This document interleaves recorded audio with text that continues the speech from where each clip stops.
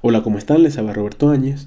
En este video hablaremos sobre las hormonas, continuando con la parte de hormonas de bioquímica. En el primer video de hormonas dijimos la importancia que tenían las hormonas a la hora de la comunicación entre células, definiéndolas como sustancias que eran producidas y secretadas por células de un tejido específico que viajaban cierta distancia para actuar en otras células donde van a generar cambios en su metabolismo. Tenían varios mecanismos de señalización, por ejemplo el endocrino, el paracrino, autocrino y yuxtacrino, y se podían clasificar según su solubilidad, según su naturaleza, según su segundo mensajero y según su tejido de origen. Las hormonas esteroideas son un tipo de hormonas lipídicas, por lo tanto, como son lipídicas, pueden atravesar fácilmente la membrana lipídica de fosfolípidos que tiene la célula. ¿Okay? Esta es una estructura de una hormona esteroidea y tiene su núcleo que es llamado el núcleo de ciclopentano perhidrofenantreno. Este ciclopentano perhidrofenantreno, a pesar de que es una palabra muy larga que es utilizada por los alumnos de primer año de medicina para echar chistes malos, esa es la estructura básica del colesterol. Por lo tanto, las hormonas esteroideas provienen del colesterol. Eso quiere decir que el colesterol no siempre es malo. El colesterol sirve para ser tomado por las glándulas esteroidogénicas para formar hormonas esteroideas. Por lo tanto, si no tienes colesterol, no vas a tener hormonas esteroideas. Y si no tienes hormonas esteroideas, no vas a tener esos mecanismos que hacen estas hormonas, por lo tanto vas a tener patologías. Igualmente el colesterol sirve para estabilizar la membrana, así que no siempre el colesterol es malo. Claro, en su alteración, en su acúmulo patológico, obviamente sí va a generar enfermedades. Pero bien, tenemos las hormonas esteroideas. Estas dijimos que pueden atravesar la membrana fácilmente porque son lipídicas. Los receptores de las hormonas esteroideas están a nivel citoplasmático y no requieren de un receptor de membrana para llevar su mensaje. A diferencia de las hormonas hidrosolubles que necesitan un receptor de membrana, estos receptores van a generar su segundo mensajero. Es decir, el primer mensajero era la hormona, el segundo mensajero es el que da la respuesta del receptor. En este caso no es así. En este caso la hormona es el mensajero primario, porque no se une al receptor de membrana. Ahora, su receptor está ubicado a nivel citoplasmático. Este es el receptor de hormona esteroidea, representado en naranja. Está unido a una proteína de choque térmico representada en forma azul. Digamos que la proteína de choque térmico es una proteína grande que su función es evitar que este receptor se trasloque o viaje al núcleo sin que esté unido a la hormona. Viaje a través de los poros nucleares sin que esté unido a la hormona. Digamos que esa es la función más sencilla de esas proteínas de choque térmico, es al ser tan grande no pasa por los poros nucleares y no viaja al núcleo. Esa digamos que es la función. Ahora llegó la hormona, eso permite que se desplace esa proteína de choque térmico y la hormona se una a su receptor. Una vez que se une la hormona al receptor, se activa y se homodimeriza. ¿Qué es homodimerizarse?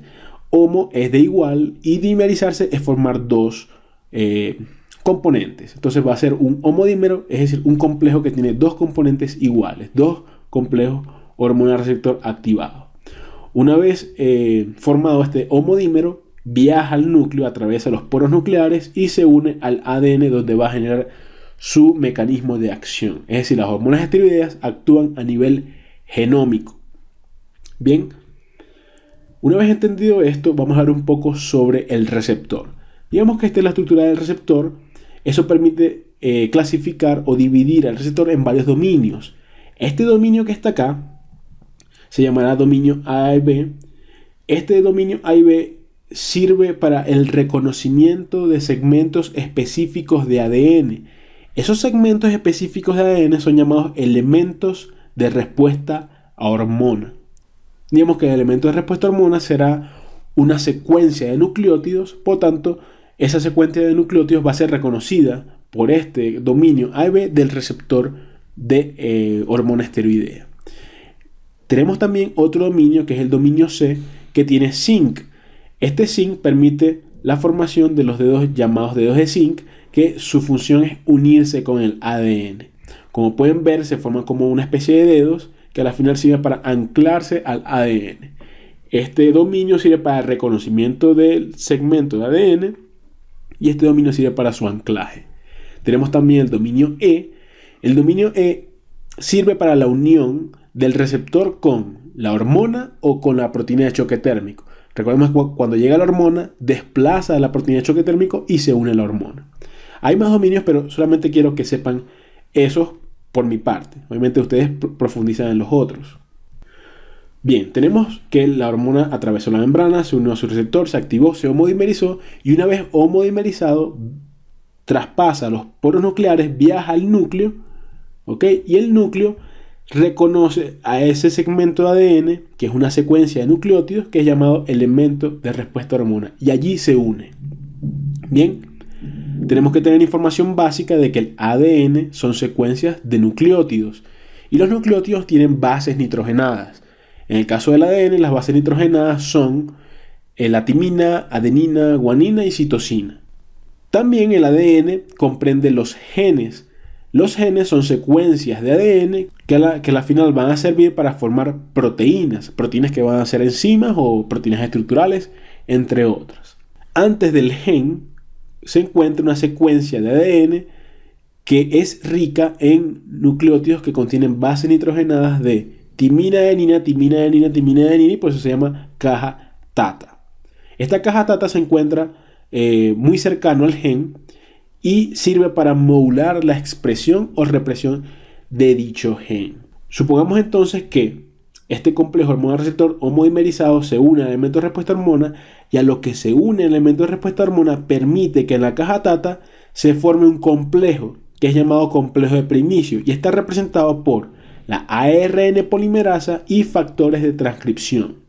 Ese complejo de preinicio que contiene a la ARN polimerasa sirve para el proceso de transcripción, y una vez que se forme comienza a transcribir la información que se encuentra en forma de secuencias de nucleótidos de ADN a secuencias de nucleótidos de ARN mensajero, que digamos que son los mismos, solo que se sustituye la timina por uracilo.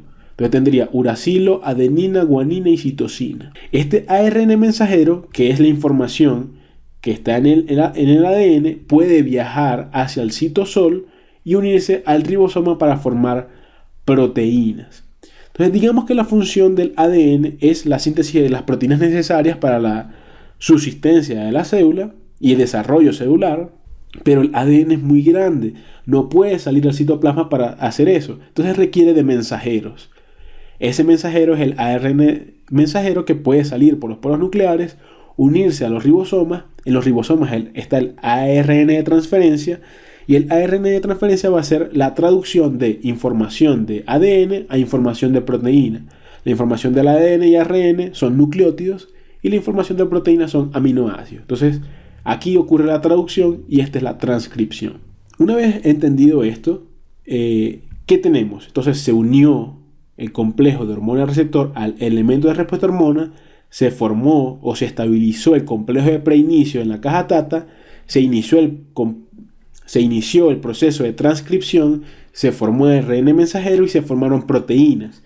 Si esas proteínas son enzimas, entonces va a cambiar el metabolismo celular. Entonces, esta hormona esteroidea fue producida por otra célula, viajó cierta distancia, actuó en esta célula y cambió el metabolismo celular. Es decir, cumple con los criterios que hablamos al principio de la definición de hormona.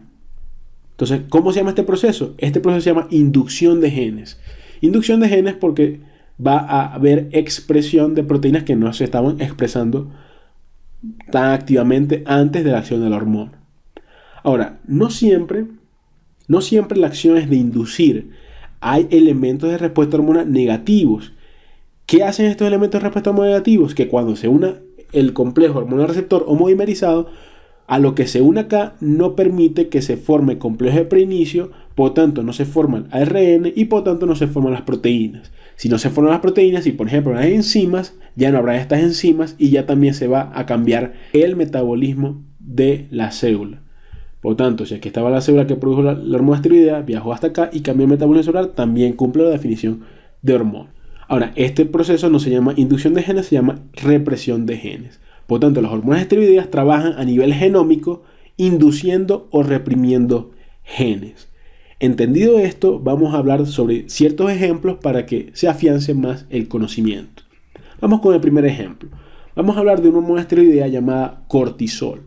El cortisol es un glucocorticoide. Es un glucocorticoide porque interviene en el metabolismo de la glucosa.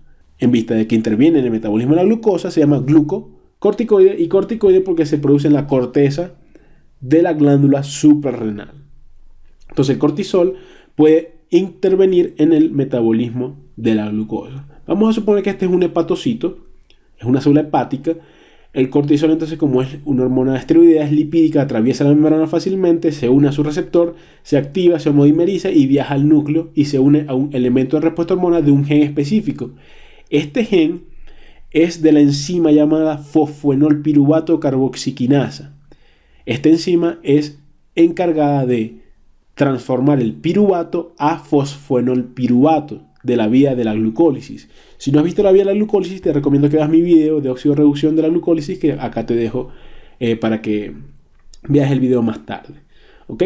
Ahí, cuando hablamos de glucólisis, el fosfoenolpiruvato se transformaba en piruvato a través de una enzima llamada piruvatoquinasa, pero ese proceso era irreversible. Por tanto, si queremos transformar piruvato a fosfoenolpiruvato, requeriremos de otra enzima. Ahí es donde entonces actúa esta fosfoenolpiruvato carboxiquinasa. Entonces llegó el cortisol, se homodimerizó, viajó al núcleo, se unió al elemento de respuesta hormona. A lo que se une este elemento de respuesta hormona, se estabiliza en la caja TATA ese complejo de preinicio, que está caracterizado por la ARN polimerasa 2. Se comienza el proceso de transcripción de ese gen de la fosfoenolpiruvato carboxiquinasa, se forma el ARN mensajero de la fosfoenolpiruvato carboxiquinasa, viaja al citosol y en los ribosomas se traduce a la enzima como tal fosfoenolpiruvato carboxiquinasa. Si antes no estaba expresada en grandes concentraciones esta enzima y ahora lo está, ahora se va a producir cambios en el metabolismo del hepatocito. Y ahora el hepatocito va a tener mucha capacidad de formar glucosa y ese proceso se llama gluconeogénesis. Entonces, esta enzima forma parte de esa vía de la gluconeogénesis y a la final se va a formar glucosa para ser enviada a la sangre y aumentar la glicemia. ¿Cuándo es importante esto? En los procesos de ayuno prolongados se requiere que el cortisol esté actuando para que el hepatocito produzca glucosa. O también, por ejemplo, en situaciones de estrés, que también necesitamos glucosa para que actúe, por ejemplo, a nivel muscular o a nivel de sistema nervioso central. Entre otros ejemplos. Pero, por lo que podemos ver, el cortisol, a través de solamente esta vía de acción, es una hormona contrainsulínica. Y bueno, ya después hablaremos un poco de eso. Entonces, este es el primer ejemplo y ya vemos cómo se expresan o se induce el gen de una enzima que en este caso es la fosfoenolpiruvato carboxiquinasa. Si no quedó muy claro, vamos a ver otro ejemplo. En este caso les pongo un fibroblasto que está ubicado en la piel, ¿ok? Debajo de la dermis.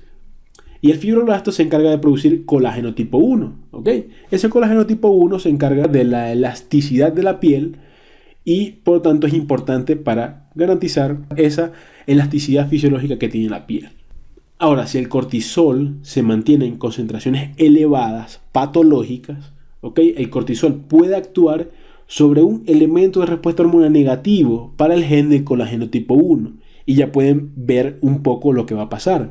Si el cortisol entonces se activa, se movimeriza, viaja y se une a este elemento de respuesta hormonal negativo, no permite que en la caja TATA se forme el complejo de preinicio, no permite que se forme el ARN mensajero del colágeno, no permite que se forme la proteína como tal, la proteína estructural que es el colágeno tipo 1, y si no hay colágeno tipo 1 va a haber patologías. En este caso, ¿cómo se expresa? Es una piel que no tiene elasticidad y que es susceptible a rupturas. Y aquí se ve entonces en estrías violáceas.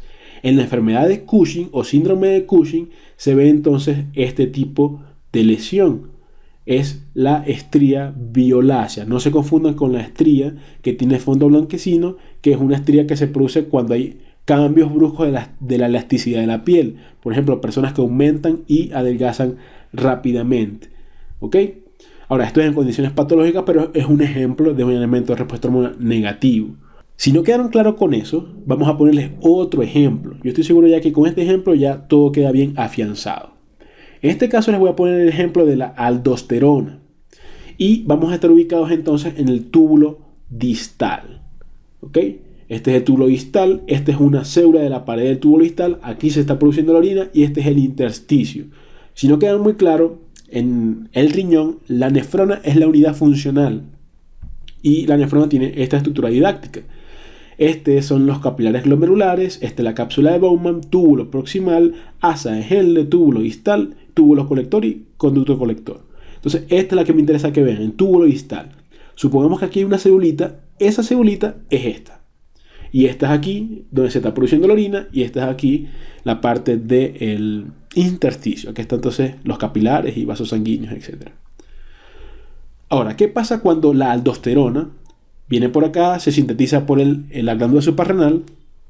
La aldosterona viaja, atraviesa esta membrana y se une a su receptor, se homodimeriza y viaja al núcleo. En el núcleo se une un elemento de respuesta hormona de un gen, de una proteína que es un transportador de membrana que se llama bomba de sodio-potasio. Estoy seguro que ustedes ya la han escuchado. A lo que se une este complejo hormonal receptor homodimerizado y activado a este elemento de respuesta hormona permite que en la caja data se estabilice el complejo de preinicio, haga la transcripción y se forme el ARN mensajero de la bomba de sodio-potasio.